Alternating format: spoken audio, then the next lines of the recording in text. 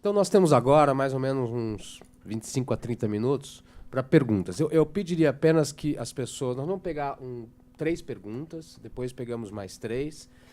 Peço que a pessoa apenas diga seu nome, representante de qual empresa ou de qual instituição, e faça uma pergunta objetiva, porque realmente a gente tem muito pouco tempo para a gente poder aproveitar o máximo possível. Por favor.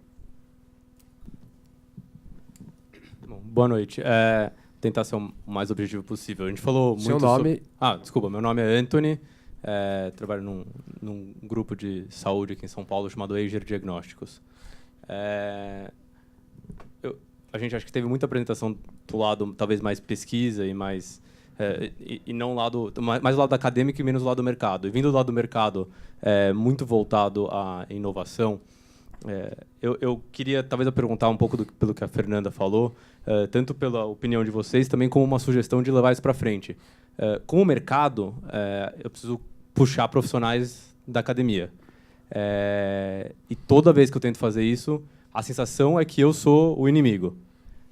A partir do momento que eu chego na academia tentar contratar alguém para vir trabalhar numa empresa de inovação, eu sou o inimigo. Quando eu tento conversar com diretores de academias e coisas inovadoras, vamos fazer uma parceria. Não, se fizer uma parceria, você quer fazer isso para poder contratar meus pesquisadores e levar eles embora.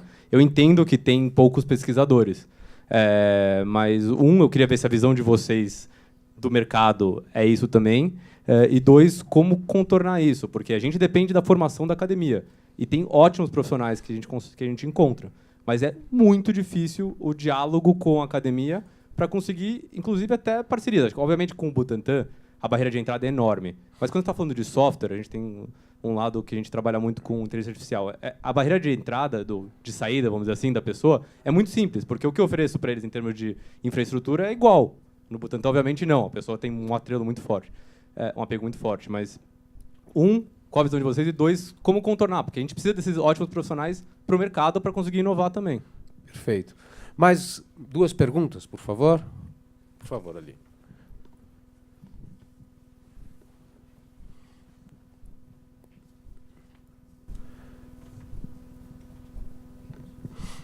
Boa noite, eu queria perguntar... Seu nome, por favor. Meu nome é Robson Miguel, eu sou da Siemens Healthineers. Eu queria fazer a pergunta para a Fernanda. Nesse contexto da inovação, a gente tem um vetor novo que está entrando, que é a digitalização, né? Hoje até a professora Ana Maria esteve lá com a gente num evento de tecnologia, e tem um contexto que entra nesse mercado, que são as startups, né? Aí eu queria ouvir dela, dentro do que ela explanou, como que as startups entram dentro dessa leitura, né, que a gente tem entre universidade, infraestrutura, pessoas e assim por diante. Temos espaço para mais uma aí nessa primeira rodada. Por favor, aqui.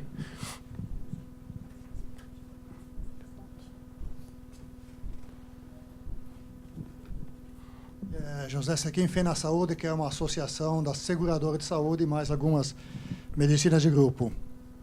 Não sou da área médica, sou engenheiro de formação também, mas atuando nesse setor atualmente. A palavra imunobiológico causa uma certa apreensão e preocupação para as operadoras. Eu imagino assim como também para os gestores de saúde do SUS, pela conta que vem a pagar. Não tanto pela operadora em si, mas por quem compra os produtos da operadora. A empresa que paga plano de saúde e as pessoas que pagam planos físicos chegaram no seu absoluto limite. Vi como muito interessante o exemplo que você deu, Zé Fernando, que você consegue colocar por 20% do preço. Pergunto, qual o segredo? Isso é extensível aos outros imunobiológicos? Podemos contar com essa queda no futuro próximo desses cursos dos imunobiológicos? Obrigado. Então, a gente tem aqui uma primeira rodada, eu vou passar para a mesa e, em seguida, a gente pode fazer mais 3 perguntas. Bom, já teve pergunta diretamente para o professor Zé Fernando, para a Fernanda, mas a senhora também pode pedir a palavra. Bom, Anthony, eu acho que tem uma cultura ainda na academia brasileira de que, de fato, assim, o mercado ou a empresa é o inimigo, sei lá. É isso. Eu acho que ainda tem um pouco essa cultura, mas eu tenho a impressão que isso está mudando, especialmente em algumas áreas. Acho que é um pouco uma mudança de cultura mesmo que a gente tem que passar dentro da universidade. Acho que a universidade tem que começar a enxergar que, assim, a universidade não tem que fazer patentes, por exemplo. O fato de a universidade, na lista dos maiores patenteadores do INPI, estarem as universidades brasileiras, a Unicamp, a USP, a UFMG, é exatamente uma visão equivocada do qual que é o papel da universidade nessa história. A universidade não tem que ficar gerando patente, ela tem que gerar conhecimento e transferir esse conhecimento para a iniciativa privada. Esse é o fundamental. Se você fala com alguém, sei lá, no MIT, os caras vão falar que não, uma patente para mim não significa nada. O meu objetivo é ter impacto social, que significa que eu tenho que transferir essa patente para alguém e transformar aquilo num produto para o mercado. De fato, eu acho que a academia brasileira ainda tem um pouco uma resistência, mas eu acho que não é generalizado. Eu acho que isso está mudando e, enfim, espero que a gente consiga ir mudando essa cultura com o tempo. Acho que já mudou bastante. Enfim, não sei muito como fazer mais do que isso. Eu acho que é um pouco de fazer esse debate mesmo, que tem papéis diferenciados. O papel da inovação é a empresa que vai fazer, não é a universidade. E para isso você precisa ter uma parceria com a universidade. As empresas precisam ter, e a universidade precisam ter parceria com a empresa.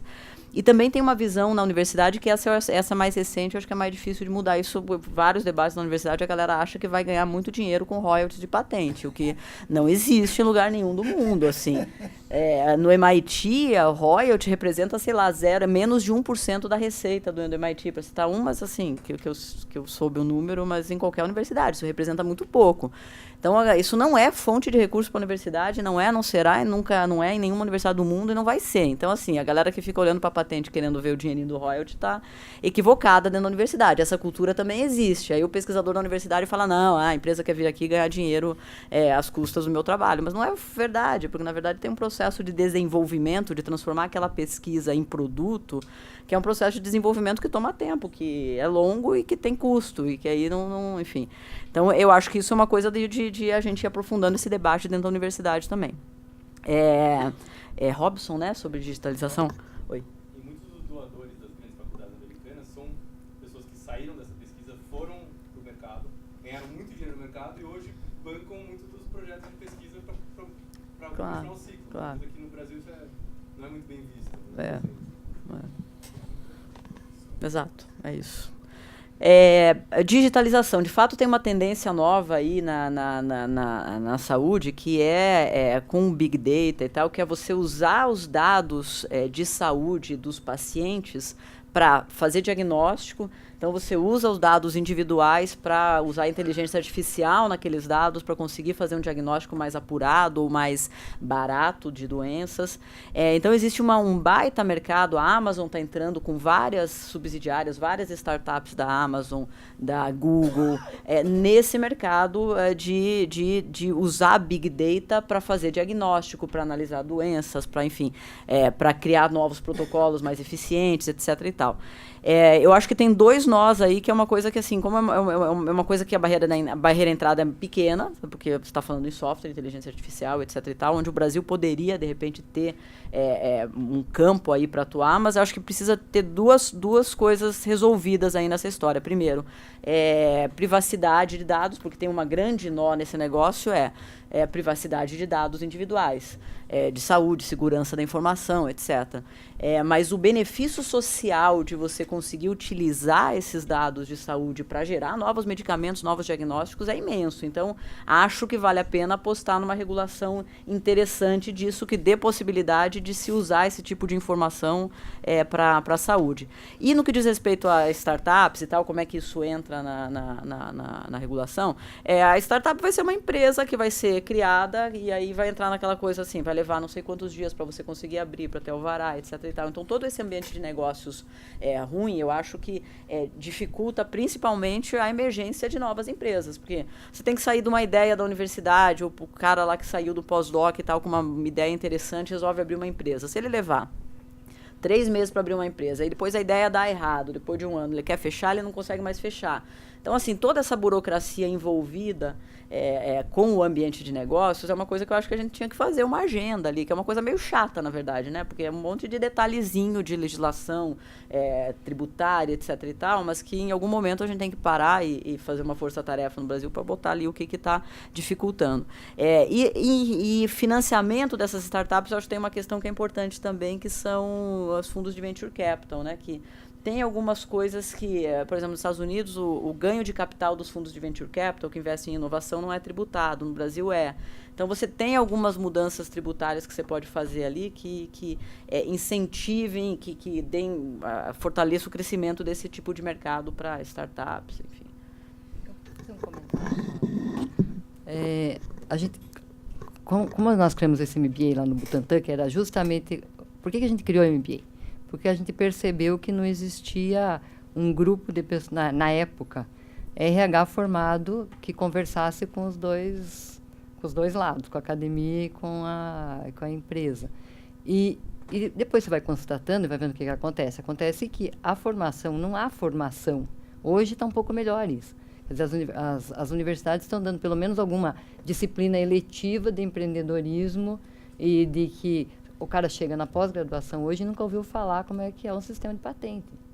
Então, é extremamente complicado isso para você... Quer dizer, você enfia na cabeça do ser que ele vai trabalhar, ele vai ser um pesquisador daquele que vai para o laboratório, ele não vê o mercado.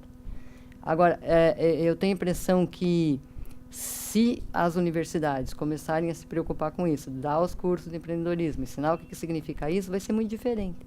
A gente tem um exemplo com Ribeirão Preto, com a Faculdade de Medicina de Ribeirão Preto, com alunos que vêm no último ano e eles fazem o MBA. Tem um grupinho. Esses caras estão fora, eles já estão indo para o mercado direto. Nem pensam em ser pesquisador. Então, eu acho que é mais formação mesmo de gente. Existe um lado que a gente, no mercado, não tem muito o que fazer, né?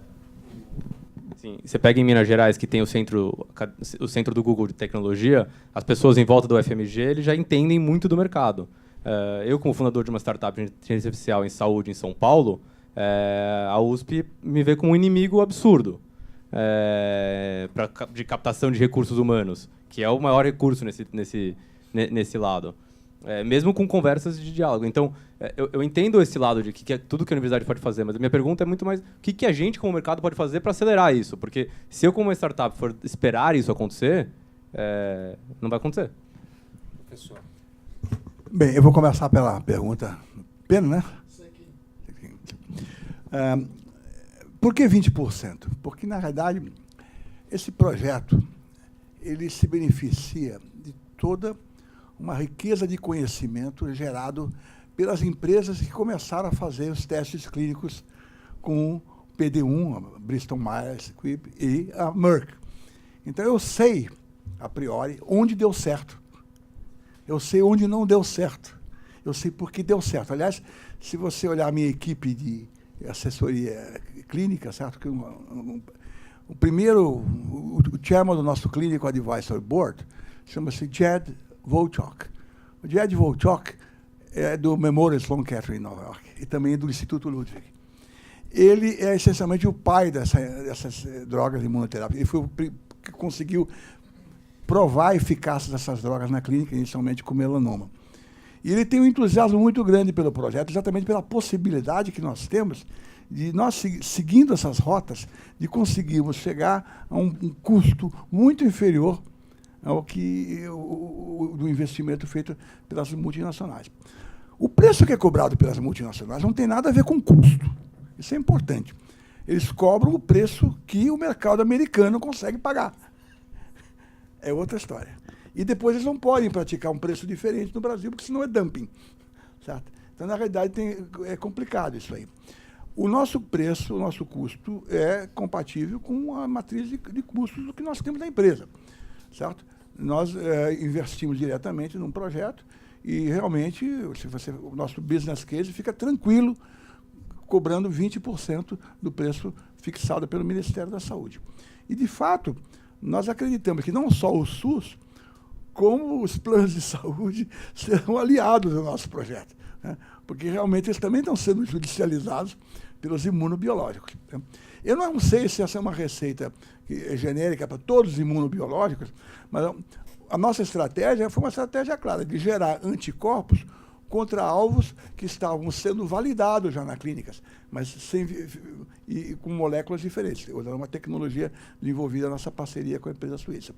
Então, na realidade, eu não posso dizer que isso seja uma sinalização para o futuro dos imunobiológicos, mas certamente o nosso plano de negócio se sustenta tranquilamente com esse preço de 20%. Mas eu queria fazer 2 comentários aí, um sobre a questão da dificuldade da relação. Eu acho que a Fernanda colocou muito bem essa questão da mudança cultural, né, na relação da universidade com a empresa. Minha experiência pessoal é que nessas parcerias eu sempre fui muito bem acolhido. Há uma vontade muito grande, isso se reflete numa mudança cultural. E mais do que isso, também é muito fácil você, da nossa empresa, nunca tivemos dificuldade em contratar pós-docs, tá certo? Egressos de doutoramento das universidades. A minha experiência não bate com a sua, sinceramente. Alguns podem ficar bravos que a gente traz, mas, na realidade, no fundo, a sensação de que os grupos com os quais a gente tem interagido realmente tem gostado dessa relação. A relação com a universidade é complicada porque não há uma tradição de relacionamento com a empresa. Os projetos de pesquisa feitos pelas universidades, elas não seguem os protocolos que são exigíveis numa relação com a empresa. Não seguem. Eu vou começar com um exemplo simples. O caderno de laboratório. O caderno de laboratório é um documento sagrado. Sagrado não é uma metáfora. Ele é essencial, porque os dados que são registrados ali podem ter que ser auditados ou pelo órgão que patenteia, ou pela Anvisa, ou pelo FDA, tá certo? Então, na realidade, o caderno de laboratório, por exemplo, é tratado de maneira geral nas nossas universidades como uma coisa quase que uma coisa de valor interno, não uma coisa como um documento, né? Então, nós, por exemplo, nas nossas parcerias, nós importamos cadernos de laboratório, de tal maneira que a gente pudesse receber uma cópia de cada página, uma espécie de como é que chama? Tem uma cópia carbono, certo? A gente recebia a cópia e auditava, para ter certeza que aquilo estava sendo assinado a cada dia pelo chefe de departamento, pelo chefe do laboratório, né? Então, essas boas práticas laboratoriais, elas não são muito observadas, né, na nossa pesquisa acadêmica, certo? E quando você precisa fazer uma pesquisa onde você vai ter uma patente ou uma documentação para apresentar na Anvisa, você tem que ter essa documentação em ordem. Então, na realidade, é complicado. Como é que nós fizemos isso aí, essa parceria? Tem uma coisa importante. A parceria não é contratar a universidade para fazer o seu trabalho. Isso não funciona. Se você quer fazer uma parceria boa com um bom pesquisador, você tem que lembrar que esse pesquisador, se ele é bom, ele tem congregação, ele viaja para o exterior, ele tem alunos, ele tem uma série de obrigações e vai conseguir dedicar uma fração pequena do tempo dele para o seu projeto. Então, a nossa fórmula de parceria com a universidade foi o seguinte: nós colocamos no laboratório parceiro pesquisadores da Recepta, trabalhando dentro desse ambiente, de tal maneira que a gente tinha pessoas respondendo a nós, com relação à qualidade, com relação à intensidade do trabalho, para ter realmente um ritmo de trabalho e uma qualidade que são indispensáveis para o projeto empresarial. Bom, nosso tempo está curto, mas nós vamos fazer mais uma rodada. Peço, por favor, que sejam perguntas muito objetivas, porque realmente a gente tem aqui mais 5 minutos. Obviamente nós vamos estourar um pouquinho, mas não podemos passar muito do horário. Então, uma pergunta aqui.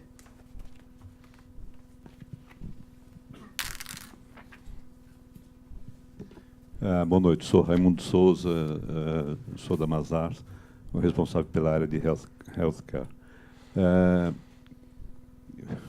Fernanda, queria que você pudesse nos ajudar um pouquinho, você está muito mais envolvida nessa questão da pesquisa acadêmica, né? E há indicativos de que há um volume grande de pesquisa e um volume baixo de resultados. O modelo que a Butantan desenvolve, né, sobretudo com esse olhar para entrega e compromisso com resultados, Como é que isso pode ser trazido para a realidade das pesquisas acadêmicas com mais intensidade? Perfeito. Mais uma pergunta ali atrás. E depois ali, tá? Então, mais uma ali, depois a gente vai ter que voltar aqui para a mesa.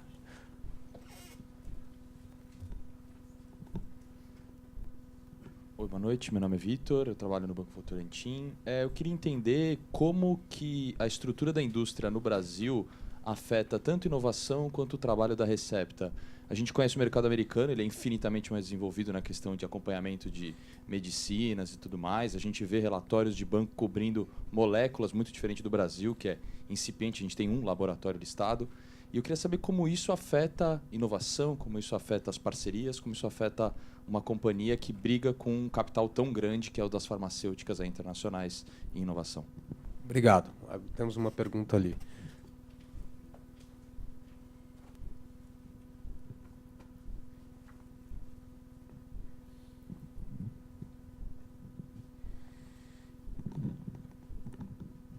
Débora Yumi, sou médica do trabalho da Gerdau e do Hospital Infantil Darcy Vargas. Agradecer aos palestrantes, adorei o posicionamento da Fernanda, enxerguei na doutora Ana a questão da pesquisa básica e vi no doutor José a questão da luz no fim do túnel, não é o trem vindo, são as tecnologias de ponta, e o segredo percebi que foi nesse jogo ganha-ganha, porque um financiamento, como a Fernanda falou, é instável e a gente precisa de uma base financeira sólida para garantir isso. Percebi que ele teve muito sucesso e ela também em parcerias pagas. Vi a dificuldade do colega, sou da USP também, sou preceptora da USP, e o academicismo realmente foi a endomia que você falou, a gente se forma e fica ali no nosso quadrado, a gente não sai mesmo. Mas eu percebi que o propósito que a Receptiva Biofarma trouxe com academicismo, e você brilhou meus olhos, é justamente isso. Para eu trabalhar num lugar, eu tenho que poder levar meus alunos, eu tenho que poder ir em congressos e debates como esses para poder alimentar minha alma e assim trabalhar. Como que a gente vai despertar isso de uma maneira, introduzindo, acho que na faculdade isso já é um bom passo, igual a senhora está fazendo com Ribeirão Preto, mas como a gente pode despertar isso para que isso rode, como o colega quer, imediatamente, nesse jogo de ganha-ganha? Qual seriam as dicas para a gente startar e trazer para a saúde pública também? Obrigado. Eu vou fazer uma pergunta bem de leigo aqui, e aí a gente passa para a mesa responder e fazer seus comentários finais. Eu queria saber, assim, como leigo, realmente eu não sou da área, eu queria saber quais são... A gente tem aqui no nosso título, né, onde podemos chegar, né, onde podemos chegar. Eu gostaria de saber quais são as áreas de inovação em saúde em que o Brasil tem mais potencial. Agora, então, eu vou passar a palavra para cada um dos palestrantes, que responde aí as perguntas como quiser e também faz algum comentário final. Vamos lá. Raimundo, você falou muita pesquisa, pouco resultado. De fato, tem uma... Assim, a gente... o Brasil cresceu muito na participação mundial, na participação das publicações mundiais. Então, de fato, a participação da científica brasileira nas publicações mundiais foi crescendo ao longo da última década e meia, ao longo dos últimos 20 anos. Mas isso não tem se refletido em impacto, que eu acho que é um pouco isso que você quer dizer. Tem bastante pesquisa, mas tem pouco resultado. De modo geral, o índice de citações, que assim, são medidas imperfeitas, mas são medidas que existem para você medir o impacto. Índice de citação, participação nas redes globais de produção de conhecimento, citação cruzada, etc. Ainda é muito pequeno. Então, a gente publica mais, mas as nossas publicações são pouco citadas. Acho que esse modelo aqui que a Ana apresentou é super bem sucedido. Eu acho que é um pouco isso. Quando eu falo que a gente tem que ter mais pesquisa científica fora da universidade, que a pesquisa científica de ponta não cabe mais dentro da universidade, especialmente dentro da universidade brasileira, que é engessada, que é burocrática, etc. Mas não cabe no mundo inteiro. Todas aquelas instituições que eu citei, as alemãs, as americanas e tal, que são instituições exclusivamente de pesquisa, elas têm modelo de gestão também diferente. São parcerias público-privadas, são associações privadas sem fins lucrativas e tal. O que a gente tem aqui no Brasil que se aproxima disso são as organizações sociais. O Butantan é uma instituição pública, né? Mas conseguiu fazer esse modelo, que é uma instituição só de pesquisa, e conseguiu fazer um modelo de parceria com empresas, que eu acho que é um modelo de sucesso. O que eu acho que a gente tem que fazer é justamente incentivar esse tipo de modelo. Só que ele ainda, eu acho que é raro no Brasil ainda, na verdade. Esse que é o grande nó. O que a gente tem que fazer é tentar crescer esse tipo de modelo. Eu não vou responder todas as perguntas, até para não me estender muito aqui. Otávio, onde podemos chegar? Eu não sei, mas eu acho que tem algumas coisas na área de usar a inteligência artificial na área da saúde que talvez a gente pudesse entrar, que é onde tem um custo baixo de entrada, você só precisa ter uma regulação que favoreça o uso das informações para esse tipo de coisa. Então, eu vejo nisso uma oportunidade. Mas eu tenho procurado sempre falar menos em que aposta que a gente tem que fazer e mais como é que a gente viabiliza qualquer aposta que a gente queira fazer. Que, na verdade, assim, as nossas condições de contorno para a inovação, ambiente de negócios, economia fechada, uma universidade ainda muito fechada, pouco internacionalizada e tal, elas não favorecem qualquer aposta que você faça. Então, eu tenho focado mais no como fazer do que exatamente no que fazer. Agora, na saúde, eu acho que essa coisa da digitalização é uma. Muito provavelmente, o Pérez aqui vai falar dos imunoterápicos, que eu fiquei encantada também com a apresentação dele. Então, enfim, acho que é isso. Eu, mais ou menos na mesma linha da Fernanda, se você pensa que o Butantan tem missões, né? Então, os institutos têm algumas missões. Nós trabalhamos com imunobiológicos, a gente faz vacinas. Então, essa área de novas vacinas virais, assim, o Butantan constantemente está inovando nisso. Mas, com as parcerias, a gente acaba não tendo tanto limite. Quer dizer, assim, se você pensar que o que a gente está fazendo buscando alvo para doenças imunoinflamatórias, e está passando desde das doenças degenerativas por idade a câncer, quer dizer, a gente passa a não ter muito limite. No nosso ponto de vista, quer dizer, sem infraestrutura não há inovação. Quer dizer, assim, também como fazer. Nesse momento, eu acho que a gente tem que investir realmente em infraestrutura que nos permita fazer efetivamente inovação, que é chegar no produto final. E educar. Não tem muita outra forma. Quer dizer, mostrar que as pessoas são formadas também para o mercado e não para ficar somente fazendo a pesquisa para publicação. Publicação, efetivamente, é muito importante, mas a gente tem que transformar isso também em produto e em dinheiro, de alguma forma. Professor Pérez.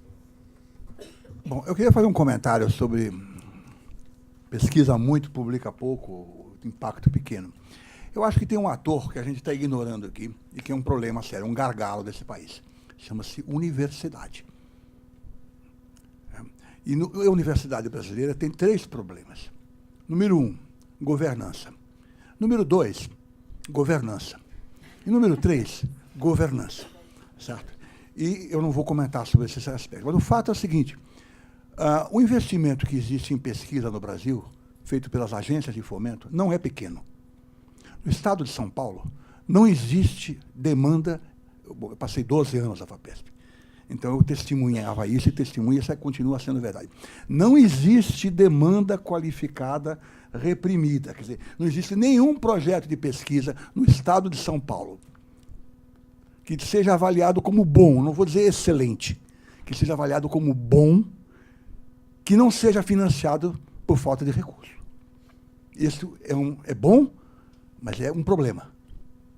Porque, na realidade, a nossa comunidade acadêmica trabalha numa zona de conforto. Não assumem riscos. Aliás, as agências de fomento também não gostam de projetos com muito risco. Eu, na FAPESP, testemunhava muitos casos em que o assessor dizia: esse é um projeto muito interessante, mas é muito arriscado e, portanto, recomendava recusar o projeto. E os pesquisadores só gostam de apresentar projetos onde eles têm certeza que vai dar certo. E vai dar certo. E vai ter impacto zero. Os números são interessantes, porque, na verdade, nós somos 2% ou 3%, dependendo da base, da ciência mundial. Está documentado isso. Mas nós não somos 2% da ciência que se publica na Science, na Nature, nas principais revistas. Não somos. Não somos porque o sistema funciona assim. É um pouco, quer dizer, esse é um processo que é lento, a gente se sente frustrado muitas vezes, porque o investimento é grande que o país faz. Está formando muita gente, está melhorando, mas é um processo lento, muito gradativo. A gente sente que tem uma mudança, mas realmente nós só vamos ter um retorno do nosso investimento em pesquisa comensurável com o volume do investimento, quando a base, que é a academia, conseguir funcionar melhor, certo? E conseguir trabalhar com um reconhecimento de excelência, de risco. O modelo de gestão da universidade, ele é estabilizador do status quo. Nada vai se mudar de dentro para fora. Então, na realidade, tem um problema sério aqui, e aí eu acho que um dia a Fernanda vai ter que fazer um outro estudo, porque ela fez um diagnóstico muito bom, mas a gente precisa saber, bom, como é que a gente vai resolver? E eu acho que tem um problema muito sério aí, chama-se universidade, certo? Em especial a universidade pública brasileira. Certo? Eu sou da universidade, professor da USP, certo? Mas eu sei como é que funciona aquilo ali muito bem. Né? Pere, só para... Tem um capítulo do livro que eu não apresentei aqui, que eu saio desse diagnóstico com algumas propostas. Ótimo. Não deu para comprar todas as brigas lá, tá? Mas assim, algumas estão lá. Mas realmente é muito importante essa consideração, que esse é um dos desafios. Sei lá, o país tem que mudar, não dá. Basta você olhar o que aconteceu, que a Universidade de São Paulo estava gastando 105% da sua receita em pessoal, tá certo? Isso não precisa falar mais nada sobre a questão da governança. Então esse é um ponto importante. Agora, Otávio, você levantou essa questão, onde é que nós temos potencial? Essa é uma pergunta difícil de responder. Eu acho que essas coisas da inovação, elas aparecem tendo em vista uma cultura de empreendedorismo. Tá certo? É aquela oportunidade que a pessoa aparece, identifica.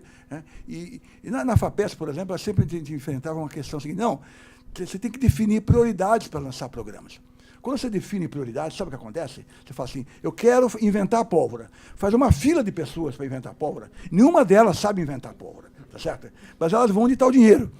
Tá certo? Então, na realidade, o que nós adotamos uma atitude de falar, não, vamos colocar e vamos verificar onde está a excelência, onde está aquilo que é realmente competitivo em padrões internacionais. Isso tem que ser. Então, na realidade, eu não gosto muito de dizer, vamos investir nisso. O nosso caso da Recepta, por exemplo, é um caso fora da curva. Não é um exemplo muito replicável. Porque nasce a Recepta em função de uma parceria com o Instituto Ludwig, que tinha uma história com o Brasil de reconhecimento de competência, identificamos uma competência e uma oportunidade e conseguimos recursos das agências de fomento, que também identificaram uma oportunidade aqui. Então, na realidade, eu acho que o melhor é ficar atento a oportunidades e ver onde tem gente boa para tocar o projeto. Perfeito. Bom, agradeço muito a participação aqui dos palestrantes, confesso que aprendi bastante hoje aqui. Também a participação da plateia, perguntas muito interessantes. E em nome aqui da Fundação Fernando Henrique, obrigado a todos e boa noite.